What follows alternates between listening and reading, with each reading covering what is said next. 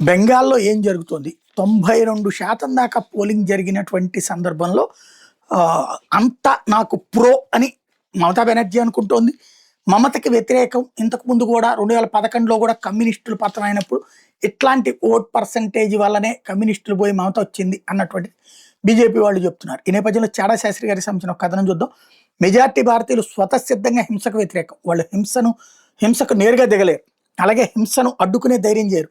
హింసతో బతకడం అలవాటు చేసుకుంటారు తప్ప వెంటనే తిరగబడరు. మరీ విసిగిస్తే ఒకేసారి మళ్ళీ కోలుకోలేని దెబ్బ కొడతారు. సరిగ్గా భారతీయులు ఈ మనస్తత్వాన్ని అర్థం చేసుకున్న కమ్యూనిస్టులు బెంగాల్లో అదే హింస ఆయుధంగా ఉపయోగించి కాంగ్రెస్ని అధికారంలో దింపి తాము అధికారంలోకి వచ్చి అప్పటి నుండి క్యాడర్ని, కార్మికుల యూనియన్స్ని బలోపేతం చేసుకుంటూ పోలీసుల్ని రాజకీయ కార్యకర్తలా మార్చి రాజకీయ ప్రత్యర్థులు బెదిరిస్తూ వాళ్ళ మీద హింసకు పాల్పడుతూ బెంగాల్ మొత్తం గుప్పెట్లో పెట్టుకుని 3 దశాబ్దాలకు పైగా పరిపాలించారు. మా చుట్టాలు చాలామంది ఆ కాలంలో, అంటే శాస్త్రి గారు చెప్తున్నారు, ఖరగ్పూర్, అసన్సోల్, దుర్గాపూర్, హౌరాలో ఉండేవాడు. సిపిఎం క్యాడర్ ఓటర్ల ఇళ్లకు వెళ్ళి మీరు ఓటు వేయడానికి పోలింగ్ బూత్లకు వెళ్ళకండి, వెళ్ళినా మీ ఓటు అప్పటికి ఎవరైనా వేసేసి ఉంటారు, ఒకవేళ మీరు గొడవ చేయదలిస్తే జరగబోయే పరిణామాలకు మాది మాత్రం బాధ్యత కాదని చెప్పి బెదిరించేవాడు. ఆ పరిస్థితుల్లో మమత ఒంటరిగా సిపిఎంని ఎదుర్కొంది. దాదాపు 15 సంవత్సరాలు సామాన్య ప్రజలను సిపిఎం హింస మీద చైతన్యపరుస్తూ 2001, 6 ఎన్నికల్లో ఓడిపోయిన ప్రజల హింసకు వ్యతిరేకంగా పోరాడిన నైతిక స్థైర్యం ఇస్తూ సిపిఎం క్యాడర్ చేతుల్లో తాను స్వయంగా హింసకు గురైంది. ఎన్నికల్లో మమత పార్టీ ఓడిన ప్రతిసారి మమతకు ఎన్నికల్లో మద్దతు ఇచ్చిన స్థానిక నేతల మీద, ఓటర్ల మీద సిపిఎం క్యాడర్ దాడులు చేసి వాళ్ళని దారుణ భయభ్రాంతులకు గురి చేసేవాళ్ళు. మమత 3వసారి అసెంబ్లీ ఎన్నికలకి, అంటే 2011 ఎన్నికలకు వెళ్ళి అఖండ విజయం సాధించింది. ఆ విజయానికి కారణాలు సామాన్య ప్రజల్లో సిపిఎం హింస మీద తిరగబడాలనే ధైర్యం వచ్చి ధైర్యంగా మమతకు పెద్ద ఎత్తున ఓటేశారు.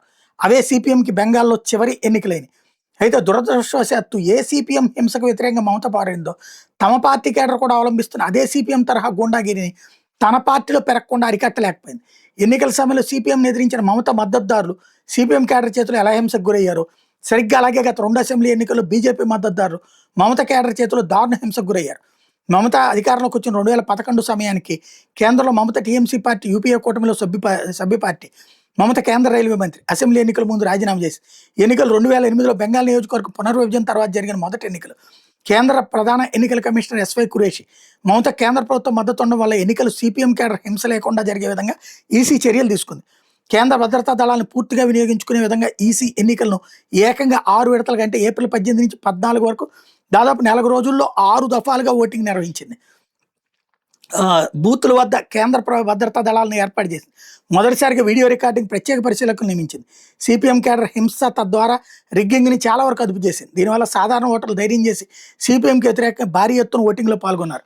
ఆ ఎన్నికల్లో మమత, కాంగ్రెస్ కలిపి పోటీ చేస్తే 294 సీట్లకి మమతకు 184, కాంగ్రెస్కి 42, కలిపి 294కి 226 సీట్లు గెలిస్తే సిపిఎం కూటమికి కేవలం 62 సీట్లు దక్కినాయి. అంటే హింసా రాజకీయాల మీద తమని ఓటు వేయనీయకుండా పదే నిరోధిస్తూ ఉండటం వల్ల ప్రజల్లో సిపిఎం ప్రభుత్వం మీద ఎంత ప్రజా వ్యతిరేకత గూడుకట్టుకుందో అర్థం చేసుకోవచ్చు.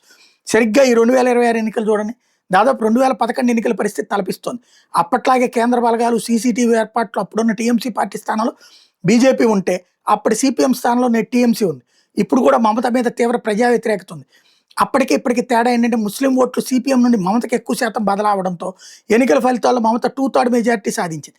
అయితే ఈసారి మమత ప్రత్యర్థి బీజేపీ కాబట్టి ముస్లిం ఓట్లు ఎక్కువగా మమతకే మళ్ళీ పడే అవకాశం ఉంది. అందువల్ల 2011లో మమతకు వచ్చినట్టు బీజేపీకి అన్ని సీట్లు వచ్చే అవకాశం లేదు. కానీ ప్రజల్లో మమత మీద వ్యతిరేకత ఎక్కువ ఉంటే బీజేపీ 160 నుంచి 170 సీట్లు గెలుచుకోగలదు.